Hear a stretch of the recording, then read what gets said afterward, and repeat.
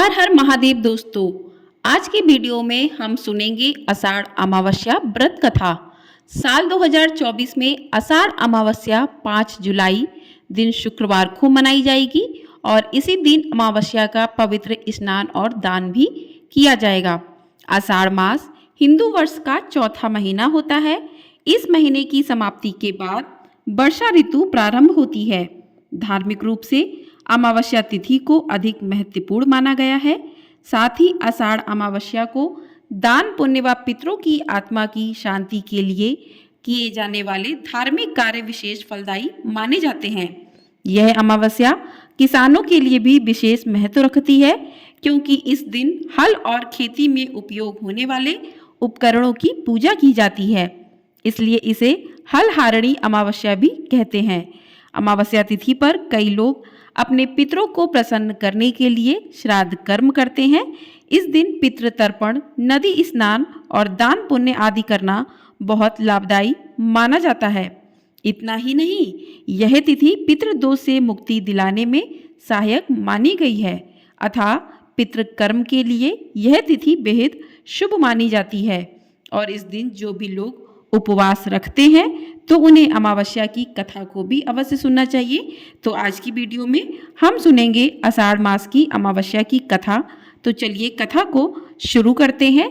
आपसे अनुरोध है कि कथा को पूरा अवश्य सुनिएगा, क्योंकि किसी भी कथा को बीच में अधूरा नहीं छोड़ना चाहिए। तो चलिए कथा को शुरू करते हैं। एक समय की बात है, एक ब्राह्मण अपनी पत्नी के साथ रहता था।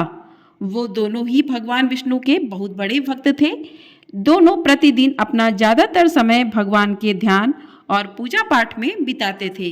ब्राह्मण का घर धन्य धान्य से भरा हुआ था, किंतु संतान न होने के कारण यह दंपत्ति अत्यंत दुखी रहता था। एक दिन ब्राह्मण ने अपनी पत्नी से कहा कि मैं तपस्या करने के लिए वन में जा रहा हूँ। इसके बाद वह भगवान पर भरोसा और संतान की कामना लेकर वन में तपस्या करने के लिए चला गया। ब्राह्मण को कठोर तपस्या करते हुए कई वर्ष बीत गए, लेकिन उसे फल की प्राप्ति नहीं हुई। अंत में हार मानकर ब्राह्मण ने अपने जीवन को समाप्त करने का निर्णय लिया। अपने जीवन समाप्त करने के बारे में सोचकर उसने पेड़ की डाली पर फांसी का फंदा डाल दिया और अपने गले पर बांधने लगा। तभी वहां पर सुख अमावस्या प्रकट होकर बोली कि हे ब्राह्मण, तुम्हारे भाग्य में 7 जन्म तक कोई संतान नहीं लिखी है, किंतु मैं तुम्हें 2 कन्या का वरदान देती हूँ।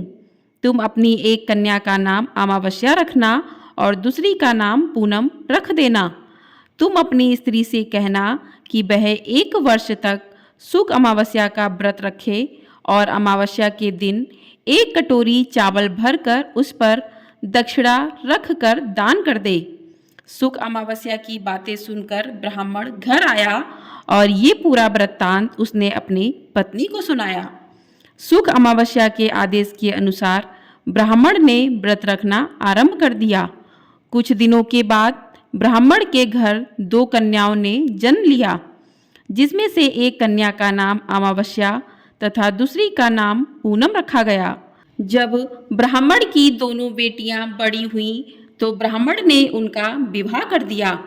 बड़ी बहन अमावस्या धार्मिक प्रवृत्ति की थी। वह काफी समय भगवान की पूजा और धर्म कर्म में व्यतीत करती थी। इसके विपरीत पूनम भगवान को बिल्कुल भी नहीं मानती थी। बड़ी बहन अमावस्या के घर में सुख समृद्धि का भंडार था, पर छोटी बहन के घर में दरिद्रता छाई थी।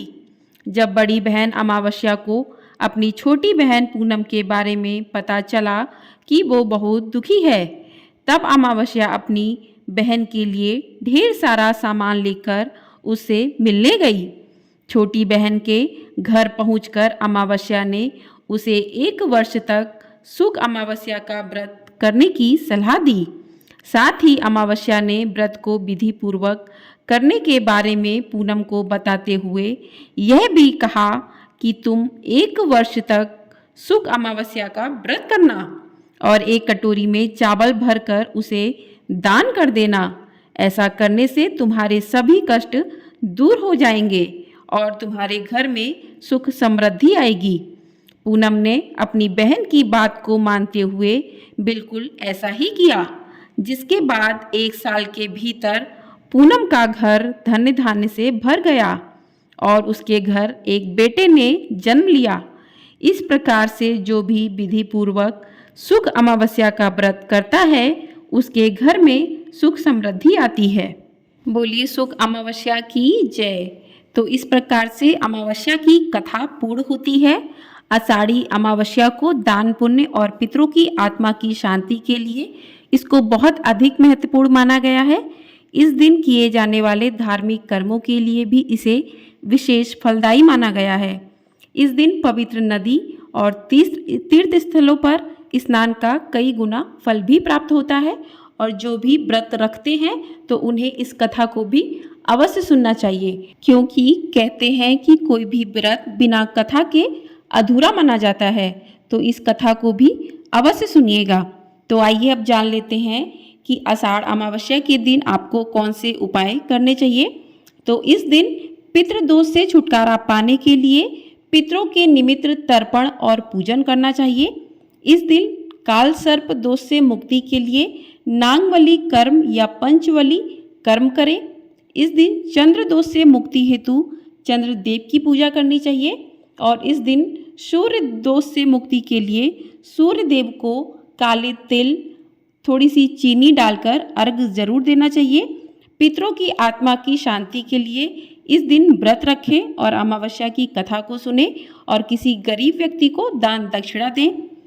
अमावस्या के दिन शाम को पीपल के पेड़ के नीचे सरसों के तेल का दीपक जलाएं और अपने पितरों को स्मरण करें।